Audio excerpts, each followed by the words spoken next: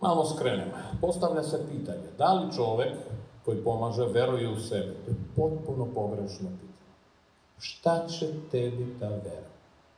Eto, sedim, ja verujem u sebe. I šta to? Što ti veruješ u sebe?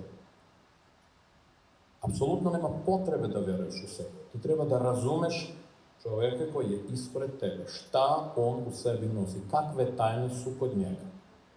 Pošto ti veruješ u sebe, to je egoizam pomešan sa subjektivizmom. Znači, da bi ja pomogao nekom čoveku ispred, ja treba da se pretvorim u njega.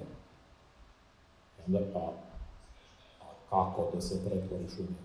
I pa to se uči. Kako menjaš svoje parametre, da budeš kompatibilan kao Bluetooth, i onda ti pokrećeš signale koje njegov organizam, pod organizmom podrazumevamo ogromnu količinu ćelija, preko 150 milijardi, primaju te signale bukvalno kao internet i kreću da se ponašaju adekvatno spoljnim uslovima, a ti i jesi osnovni spoljni uslov. I posle toga treba da se vratiš ponovo u svoju formu, znači u svoje uslove. Da bi se to dogodilo, element, sad će da zvuči grubo, probat ću da objasnim, subjektivnosti, egoizma, pod egoizmom ne podrazumijem ja, čvrstinu, kako se kaže, kičma, jaka, mora da ima svoju formulu, da bi se to ponovo vratilo u tvoje prethodno stanje, da tvoji parametri slučajno ne izgube svoje sopstvene kvalitete. Znači, non stop ovako se menjaš. S time da kad se vraćaš na svoje, ti si opet svoj. Šta možeš da pokupiš u toj kooperaciji, u toj komunikaciji? Znanje. Ogromno znanje. Šta može da uradi biologija čoveka? Svaka ćelija, kojih ima 150 milijardi, to je živi organizam. I ona živi na osnovu spoljnih uslova oko sebe. A šta su spoljne uslove oko ćelije? Samo vibracije. Ništa drugo. Obratite pažnju, ja sada pričam u metal, sve što ja proizvodim, to su takozvani vazdušni talasi.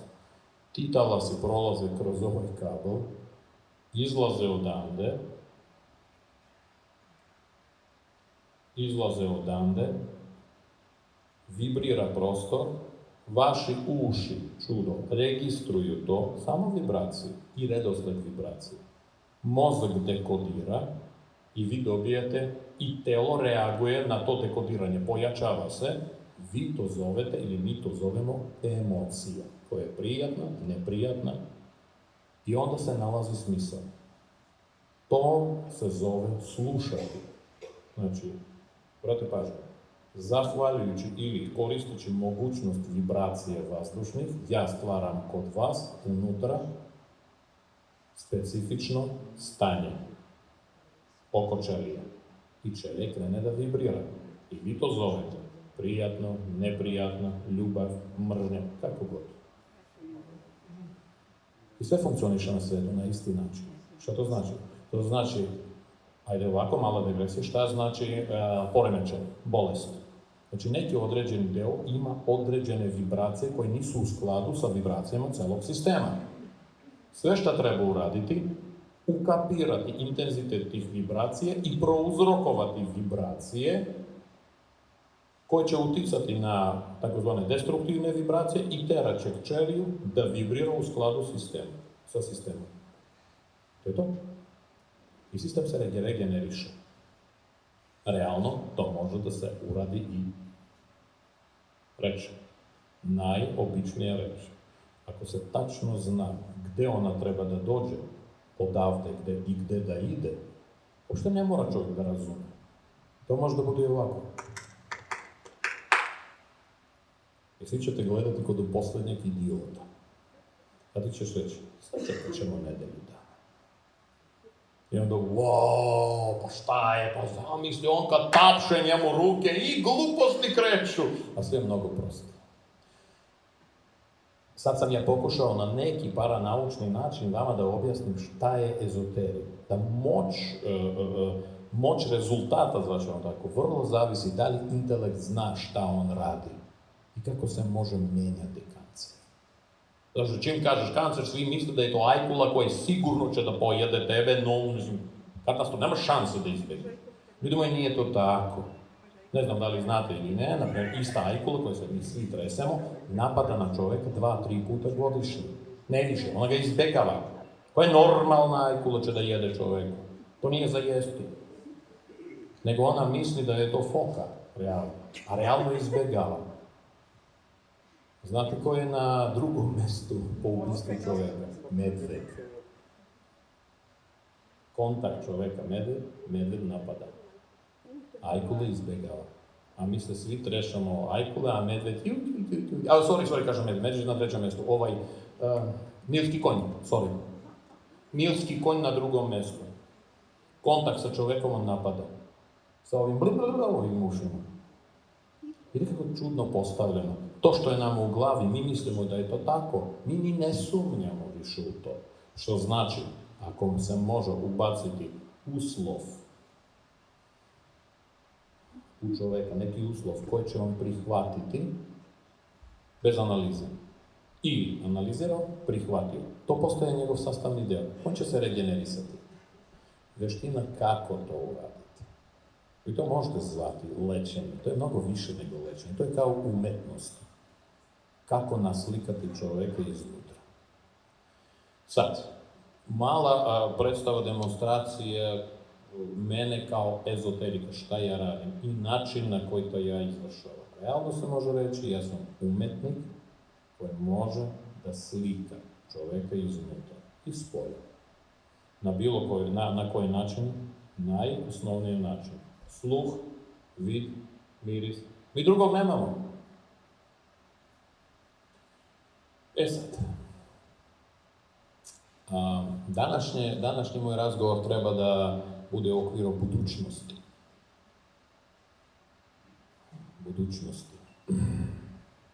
Mi sada živimo u jako interesantnom periodu reorganizacije celokupnog sistema, čak i sunčanog sistema u nekom smislu, i zemaljskog sistema. I normalno reorganizacije globalne takve dimenzije automatski utiče na svaku ćeliju u vama, na svaku životinju, na svakog insekta. To su migracije, to je reorganizacija, to su mutacije, tako dalje. I mi mutiramo sada, ljudi. I ta promjena koja je krenula, ona krenula intenzivno od 2012. Budućnost nije toliko daleko kao što se čovjeku čini. Kad bismo mi imali mogućnost da se odaljimo od zemaljske kugle i da se povećavamo u dimenziji, na primjer, 100.000 puta, onda znate kako bismo mi vidjeli zemaljsku kuglu koja se vrti s ovakvom brzinom. Što manje dimenzije, vreme ide mnogo brže. Što veće dimenzije, vreme ide mnogo sporije. Sasvim normalno. I onda a šta je za nas vreme? 1 godina, to je 1 krug zemlje oko sunca. Kad ti pogledaš, pa to se non stop vrti. Zašto mi doživljavamo vreme linearno? I pojem starenje podrazumeva pad. Da li starenje, vidi kako ružna reč, starenje, ja bih rekao profesionalno življenje, se može doživjeti kao pad. Ako ne, onda kako bi se to doživjelo? Kao uspon. Realno da, ali ljudi to doživljavaju kao pad.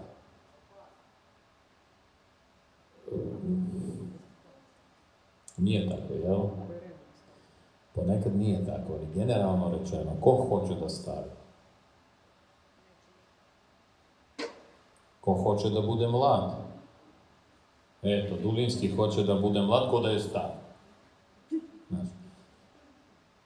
Stvar je u tome, biologija, uzmemo biologiju. Da li vi znate, nadam se da znate, da na svetu postoji biologija koja nikad ne stari životinje.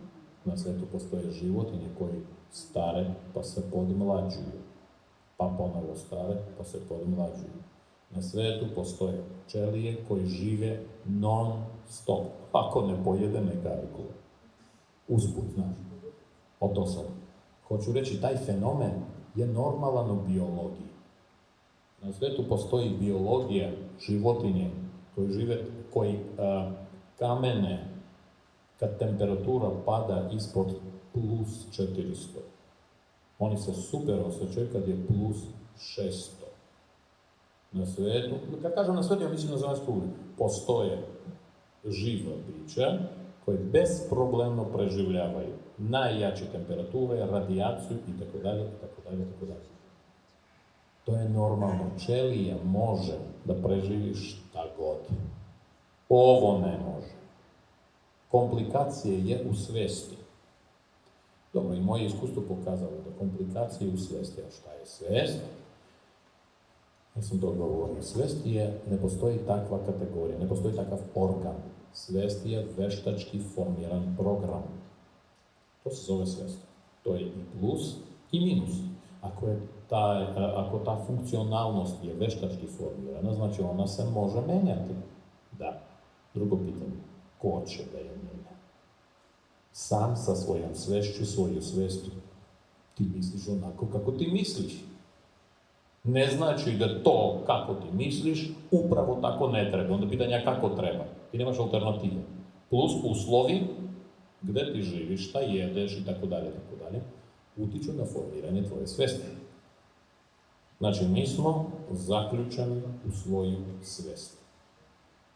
Svi, barem moj iskus kaže, svi hoće da unaprede svoje svesti i niko neće da se menja. Zato što promena podrazumeva lom. Ne lom, ono, znaš kako, nije to renoviranje sobe, znaš, ne sviđa mi se plava, ajde da ufarbamo roze boje. To se lomi sve, zato što boja je vezana za zid. Zid, nameštaj je vezan za boju tog zida. To se lomi sve, ako krene promena. A ljudi ne vole, oni se plaše budućnosti. Ne, plaše neprijatne budućnosti. Oni bi prijatnu budućnost. Znači, to nisu promjene, to je komfort. Sve što mi tražimo, to je komfort za svest. Čim mi tražimo komfort za svest, mi nismo spremni za budućnost. U budućnosti promjene nema. Mislim, komfora nema. Tamo ima lom. I taj lom krenuo da se događa na ovoj planeti od 2012.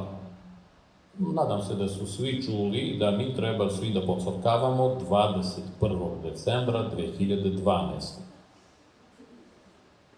I svi su promašili. Bilo rečeno, ljudi moji, treba da se umre čovečanstvo. Ne, oni da žive. Jeste tako. Ajde kažem, odlučilo se da nek žive, ali nek se lome. I lomovi se događaju i promene su radikalne, naročito poslednjih godinu dana, ovo je 2018. To je godina radikalnih promena.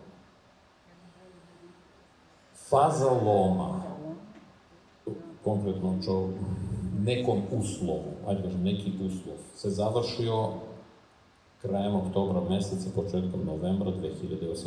Čestitam, jedna faza je prošla. Otkud ja to znam? Mogućnosti.